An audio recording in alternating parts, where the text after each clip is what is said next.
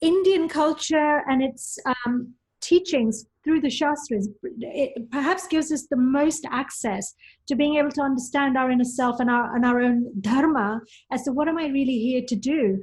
And I'd like you to talk about that a little bit more, because so many people struggle to realize, their inner essence, like, what am I here to express? What am I here to actually do? How would you go about teaching somebody to begin to unravel and to understand this aspect of their life in terms of dharma? What is their innate dharma?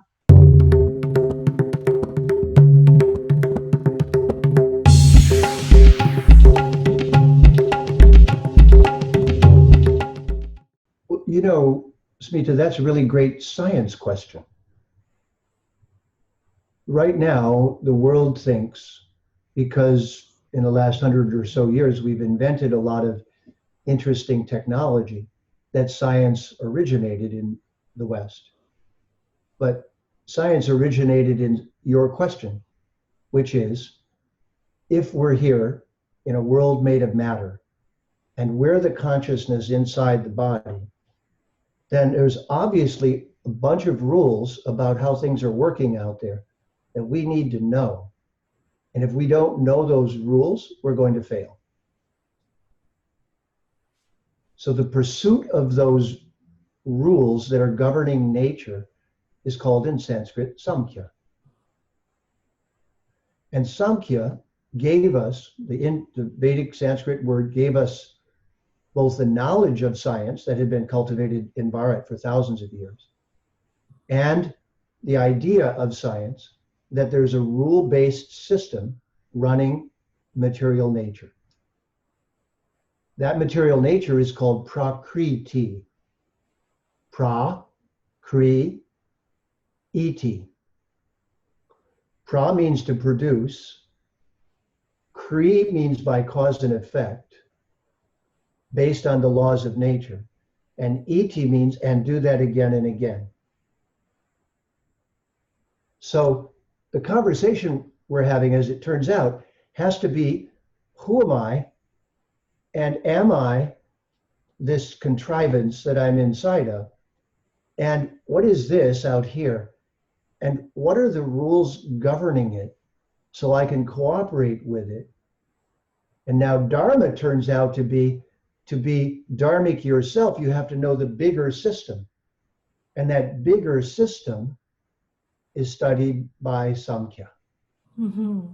So in Bharat, science was the first subject, not the last subject. You had to understand the categories of nature. But here's a secret almost nobody knows. The person in charge of Sankhya is Ganesha, who's called the Isha of categories.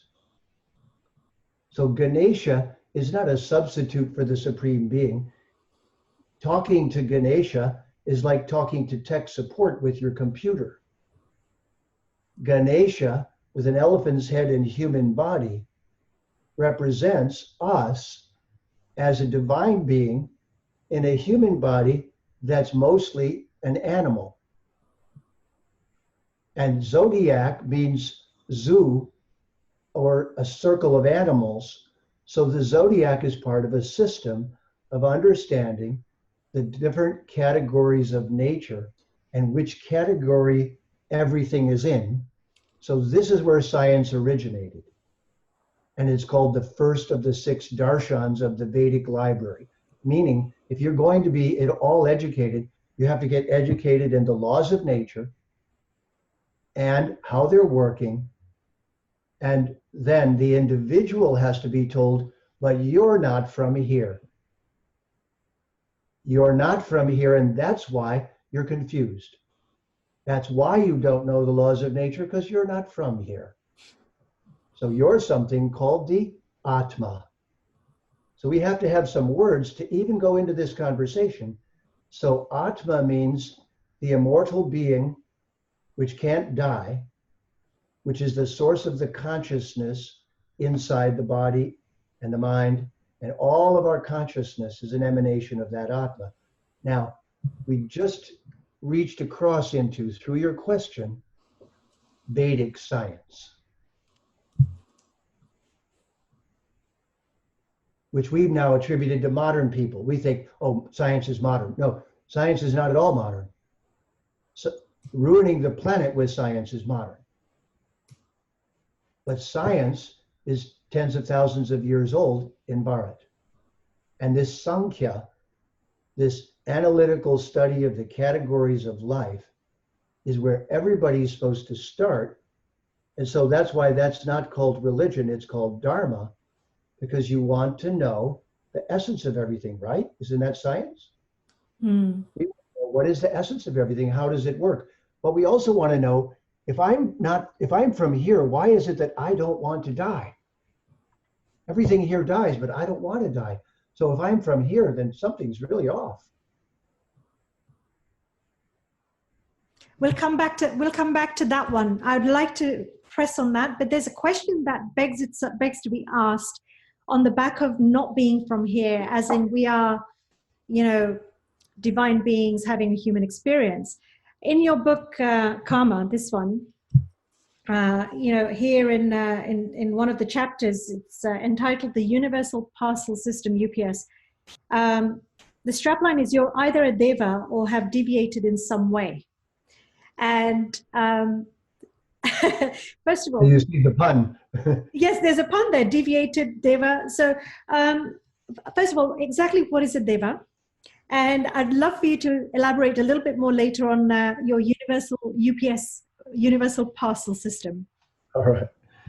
Well, the devas are the most misunderstood characters in the play, because the Abrahamic religions decided to take a particular approach to trying to help people out.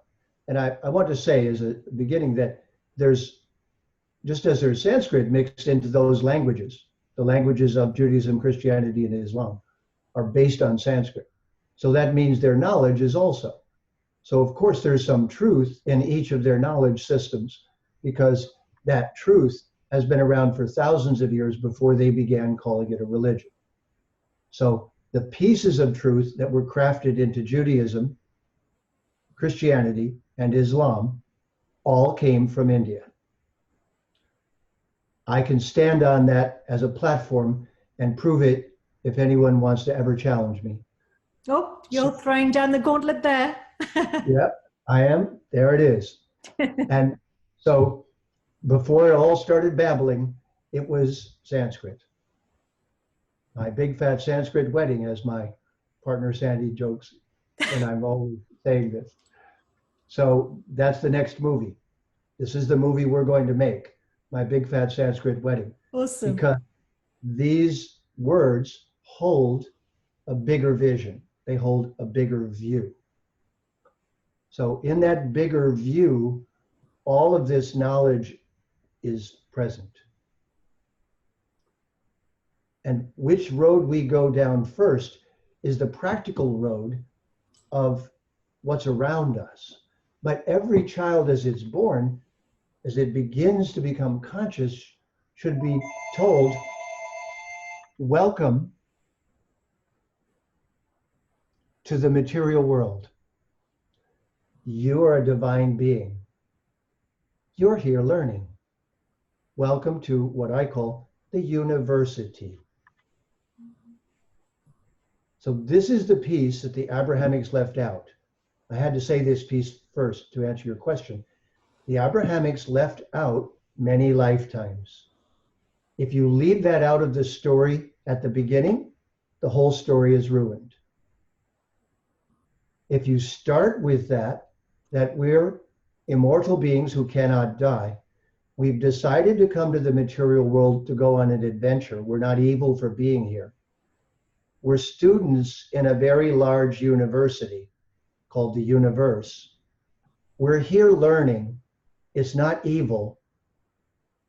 You can behave badly and you can behave nicely, but it's not evil.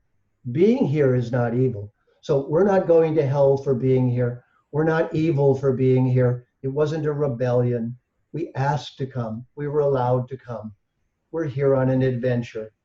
namaste. We should look at each other and say, oh, a fellow traveler in a huge adventure in the university. Now, with that. Namaste, and what grade are you? And what grade are you in? What is your adhikari? Your level of education, which comes from adhikari. Edukare in the Greek. All these Sanskrit words coming in. Now the devas, so the next part is, so you asked what are the devas? But I had to say this to make the devas make sense. Because now, if it's a big university, could it also be UPS? Could it be that everything we do, that the system here is, there are already rules, and whatever we do impacts the rules. But because it's ours, I like to say, everything you do comes back to you with your fingerprints on it. Karma. Karma is simply fingerprints. You put it in motion, it's yours. If it comes back to you, it's yours, unless somebody does something to you that's going to come back to them. So karma turns out to be the basis of science. It means cause and effect. But cause and effect from life to life is the basis of Vedic science. So you hold a big view and you don't get all uptight and want to kill each other for disagreeing. In the university, you don't kill each other for disagreeing. You debate. You don't destroy the campus.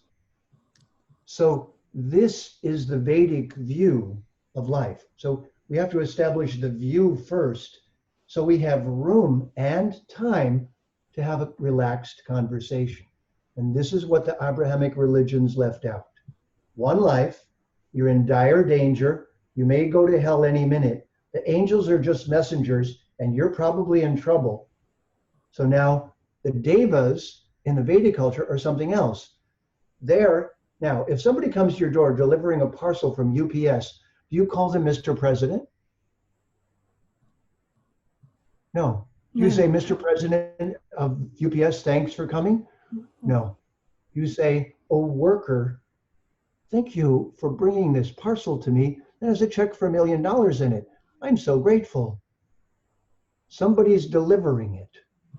So in the Vedic view of the cosmos, it's a corporation. It's Jagat Incorporated. And there are CEOs. There are high-level beings at the top. But don't worry about that for now. Try to learn about the people collecting the garbage, the people delivering your letter, the people putting your electricity on, the people in charge of the lights, the people in charge of the water, and these are called the Deva.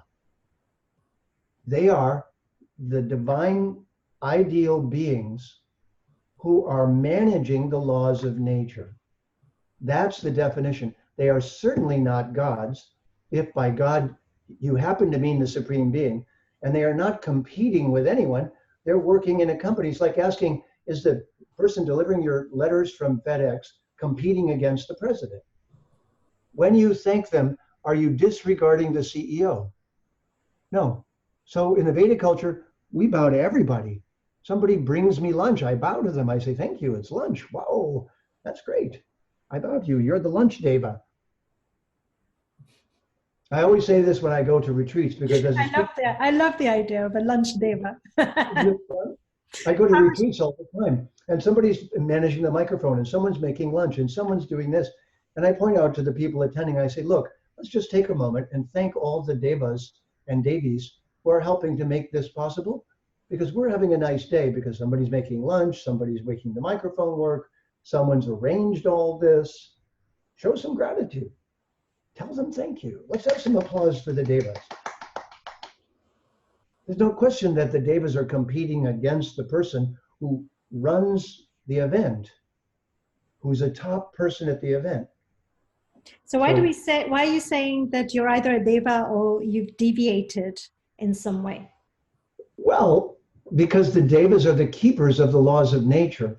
And so the Vedic view is that since the whole material world runs based on laws, you could decide to go against those because if you're an Atma and you're visiting here, you have free will. So you could say, I'm sick of your laws. I don't want to follow any laws. Don't tell me what to do. I'm going to do whatever I want. And then you're called Asura, against the light. If you keep going that way, eventually you'll either get expelled or you'll become so powerful that you'll start to mess with the whole system and ruin life for everybody. And of course, this is the basis of the greatest stories of Bharat, of the Ramayana and the Mahabharata, which are the plot of somebody's being asuric, somebody's breaking the rules, doesn't care if everyone gets hurt, only cares about themselves. And these are the classic stories to teach us this is the way the material world is. Some people are cooperating. They're like Devas almost. The Devas are running it. And the Asuras are the spirits, you might say, that are against the laws of nature that would destroy the whole thing if they could today. Amazing. So speaking of free will, you mentioned, that we obviously arrive here and we arrive here with free will. We can choose certain things and not other things, though. And I would like to talk about free will versus destiny. Free will, given that we have a set of karmic imprints that we bring with us from previous, incarnations and existences, and we arrive here with a certain inclination in terms of our own, how we're put together and designed. We're not all the same. And then when you're born, not everybody's the same either. There are certain things that they come with, sanskar and vasanas and so on. So can we talk a bit about the extent of our free will in reality and this idea of destiny? I have a view on this. I'd love to hear what you have to say first. Well, first of all, again, setting the context is so important so that the conversation is conducted correctly. So first, I like to call what we are as intergalactic cross-dressers. Intergalactic cross-dressers, like transgender, intergalactic transgender. Because we go back and forth between male and female and undecided and male and female and undecided.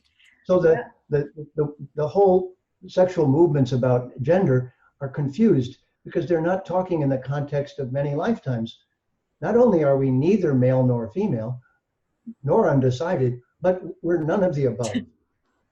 That's the actual category we are. We're none of the above, but we're in a body, and the body's designed a certain way.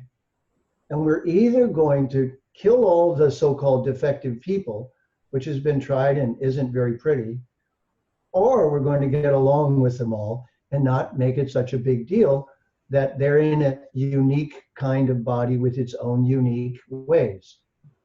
So as long as no one's being harmed, our gender is not such a big issue.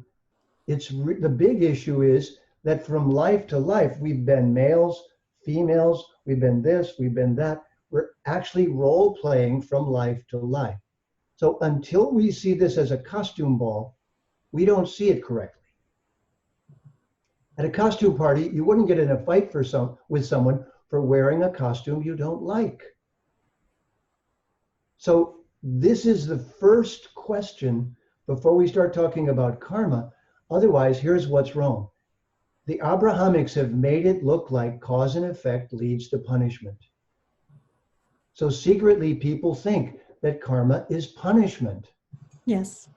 But it's not. No. It's only punishment if there's only an angry God. If there's an angry God, then anything that happens that I don't like, I think it's punishment. I don't think it belongs to me. I think somebody's punishing me.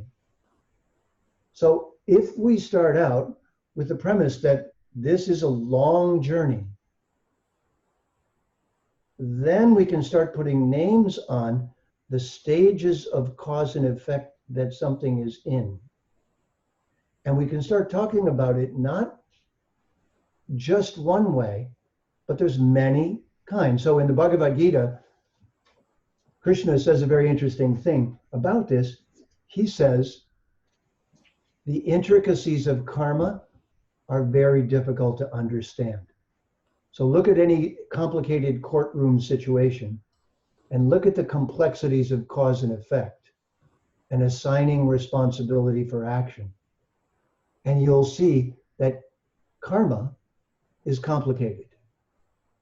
So now the question is, if we had 100 lifetimes previous to this one, and we're still getting karma from the last 100 lifetimes, are we going to remember what we did when any of it lands?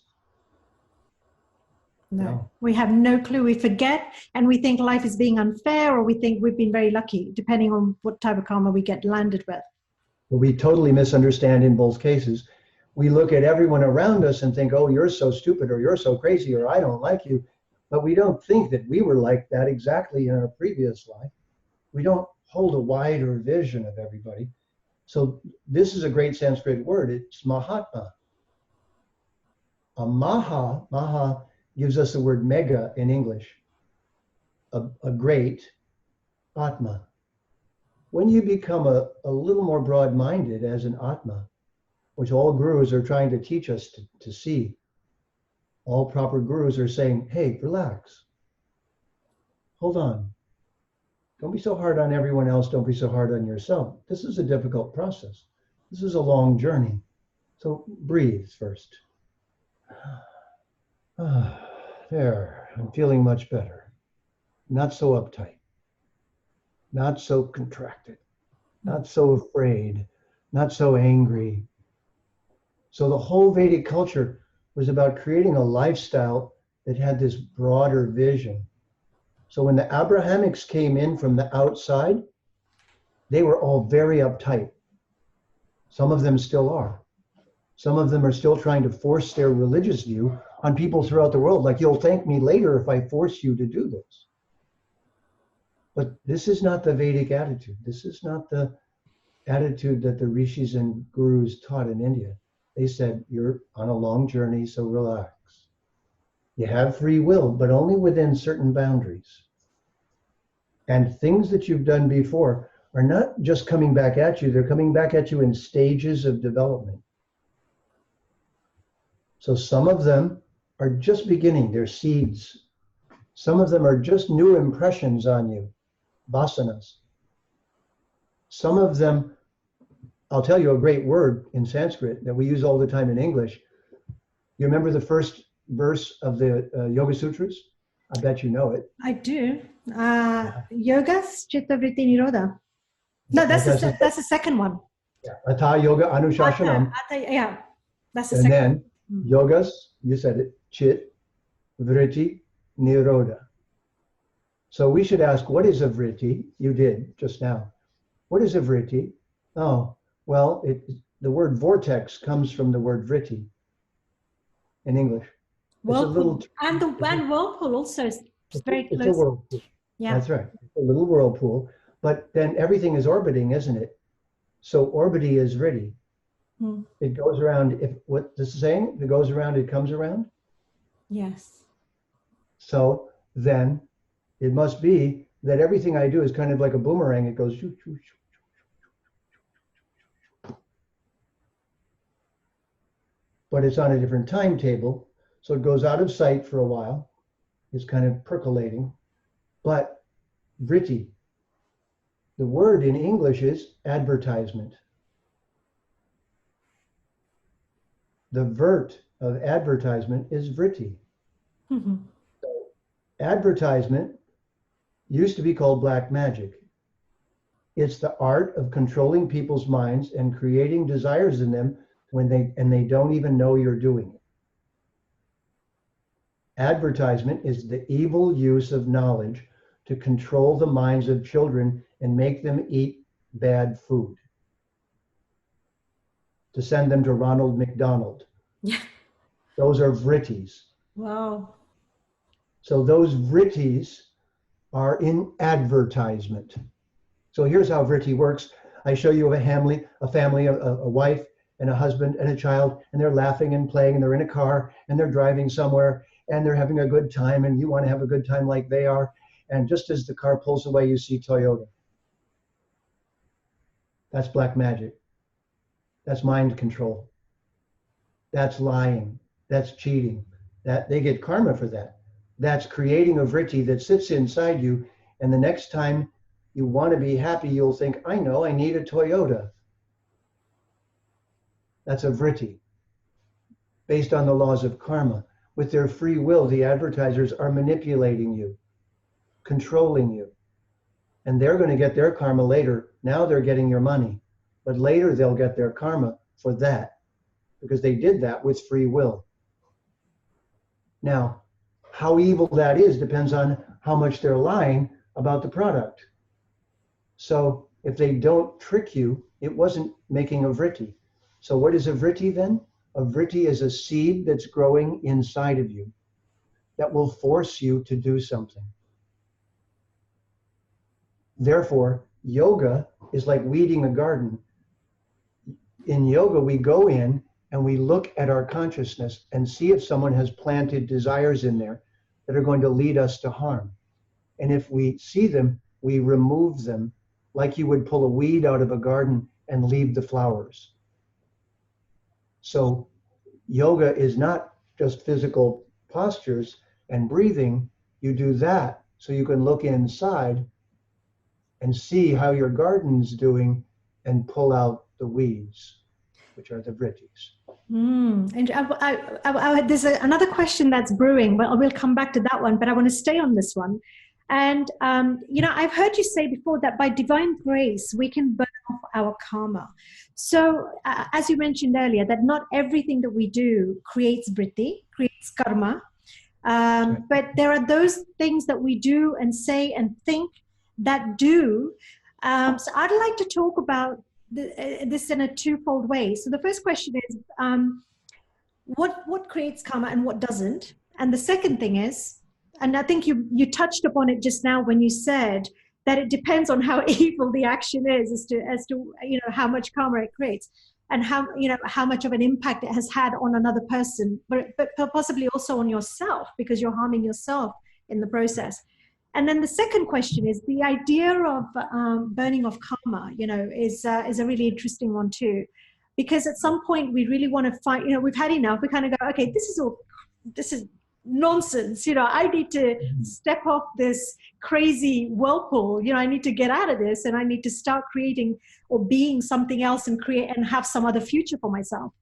So let's talk about that in two ways. First of all, what creates vrittis and negative karma or even positive karma that keeps you trapped, and then what are the effective ways of burning off karma?